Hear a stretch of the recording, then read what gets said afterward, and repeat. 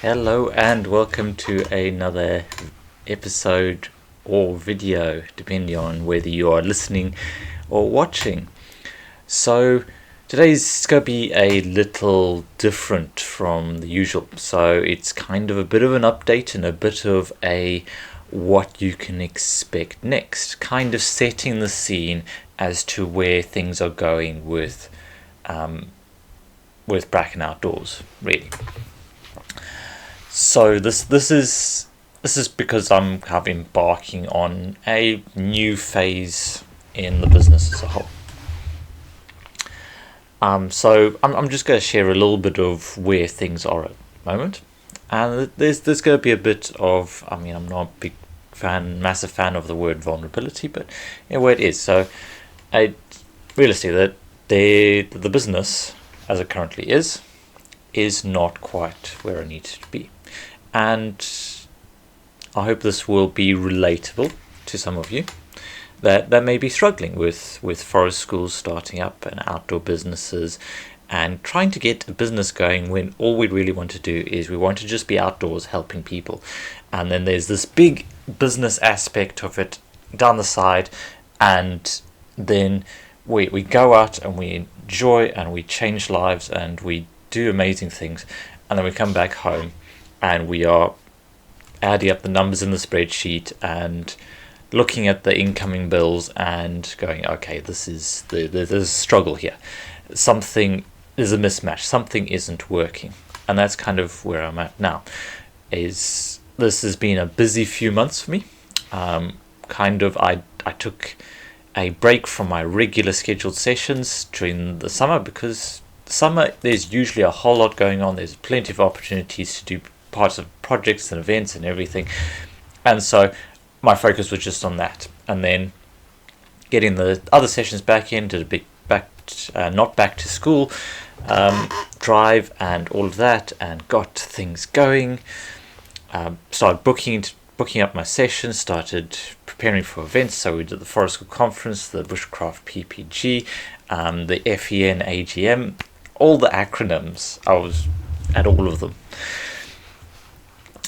And basically I've been working full tilt. I work most of the time, 6 days a week, sometimes 7, sometimes it'll be 14, 15 days in a row, and it's just all go.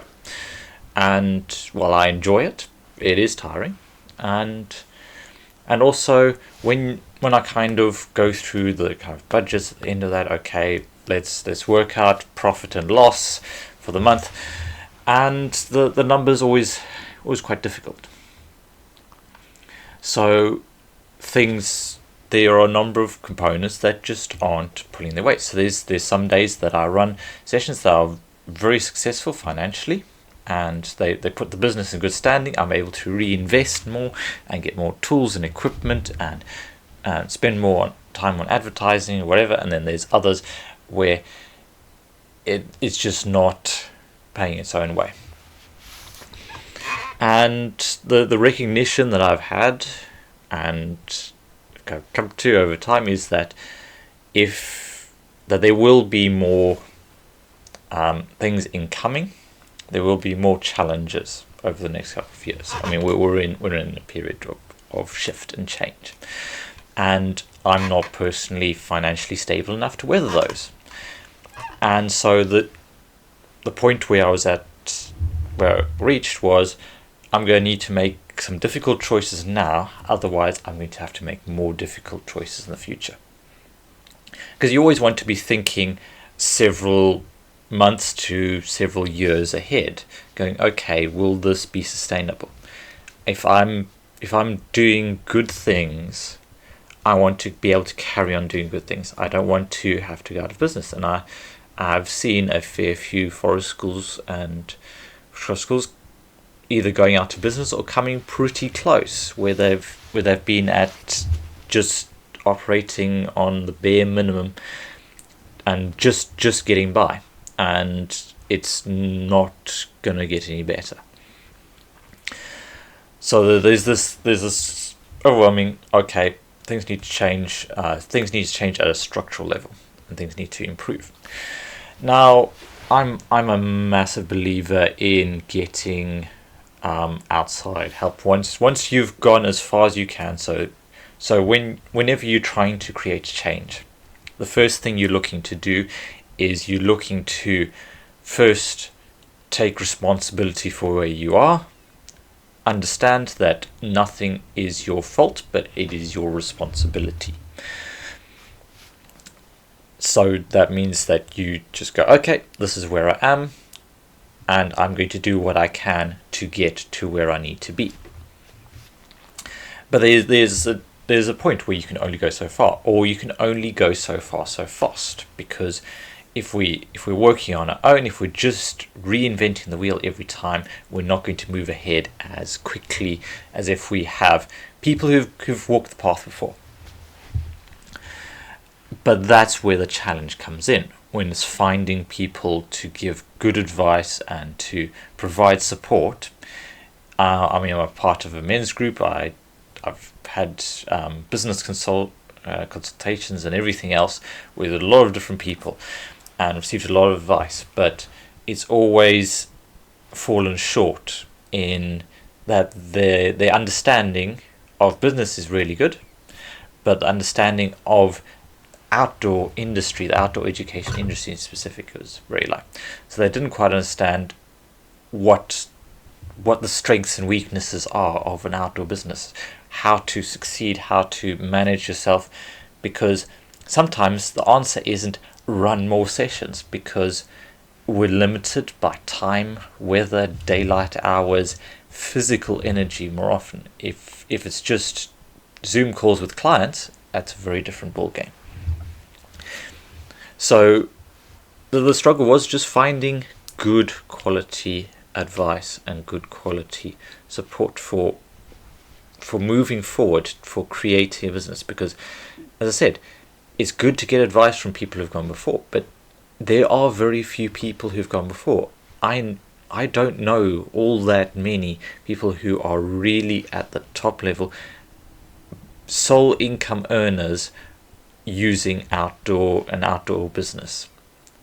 There are some credible people doing it, but the majority of people that I come across and work with aren't quite at that level, where the business side is always a struggle. So if I'm not looking to create an outdoor nursery, if I'm not looking to work in a school with forest school, what are my options? Who can I look to that has gone first? If I'm not looking to build a bushcraft school, if I'm looking to build something in the middle, something unique, then who am I going to get advice from?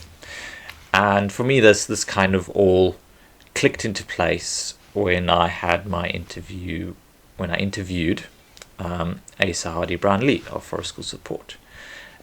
Now, I quickly realized that this was a person who had that background, had both that bushcraft, forest school, working in schools, working outside of schools, had the kind of complete understanding of the industry, and was also business minded and skills minded, and recognized they had very good quality insights.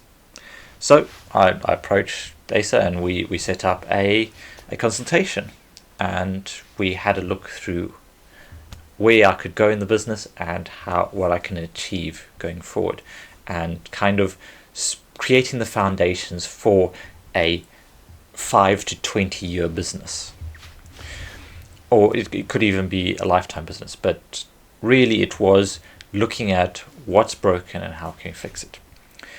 So that's kind of where I am at the moment, where I'm recognizing that things aren't ideal. Even when I'm working full out, it's still not quite where I need it to be. And I know a lot of people are in the same boat, and I'm hoping this will be useful for you. So what I've done is we recorded that full consultation, and we'll be releasing those over the next month and so. So this is not we did this and then these are the results, in kind of looking back with hindsight. This is something different. This is you coming along on the journey with me. So this is me. I've ticked off a few things on the action plan that we designed together, and I'm moving forward with it, but I haven't seen the results yet. I feel confident that there will be results, and if there aren't results, we'll just change tack. We'll maneuver, we'll change, we'll shift, we'll tweak, and keep moving forward. So you'll see snippets, pieces of this consultation coming out over the next couple of months. In addition, you'll also get updates from me on where things are going, how I am looking at the strategies that are working, the strategies that are not, the feelings and thoughts around a lot of the changes that are happening. So you'll see that, and that's really what this podcast episode here, this video is this invitation to join me on the journey forward, on really building a proper forest school business, because I've got the foundation, I've got the skills. It's just translating it into something that is sustainable long term, and this may well involve a CIC at the end of this. We do talk a little bit about that in the consultation, but right now it is making my everyday sessions and online classes and so on work. So there we go. That is where I'm at. Hopefully, as I said, this will be useful for you moving forward, and I hope you'll join me on this journey. And really, this is also a kind of gentle push to look around and find people who have the skills and knowledge that will help you move forward faster, because that is really where we can grow, is when we work together, when we collaborate, find people who have skills you don't, find people that have the same skills and understand where you're going but are further on the path than you, and just find your community and invest. Sometimes it requires a monetary investment, and whenever I've spent money on these things, they have generally paid off in dividends. So get the support you need. Reach out if this things resonate with you. If you'd like help or support, do check out ACE's consultation. I will leave a link to that in the description.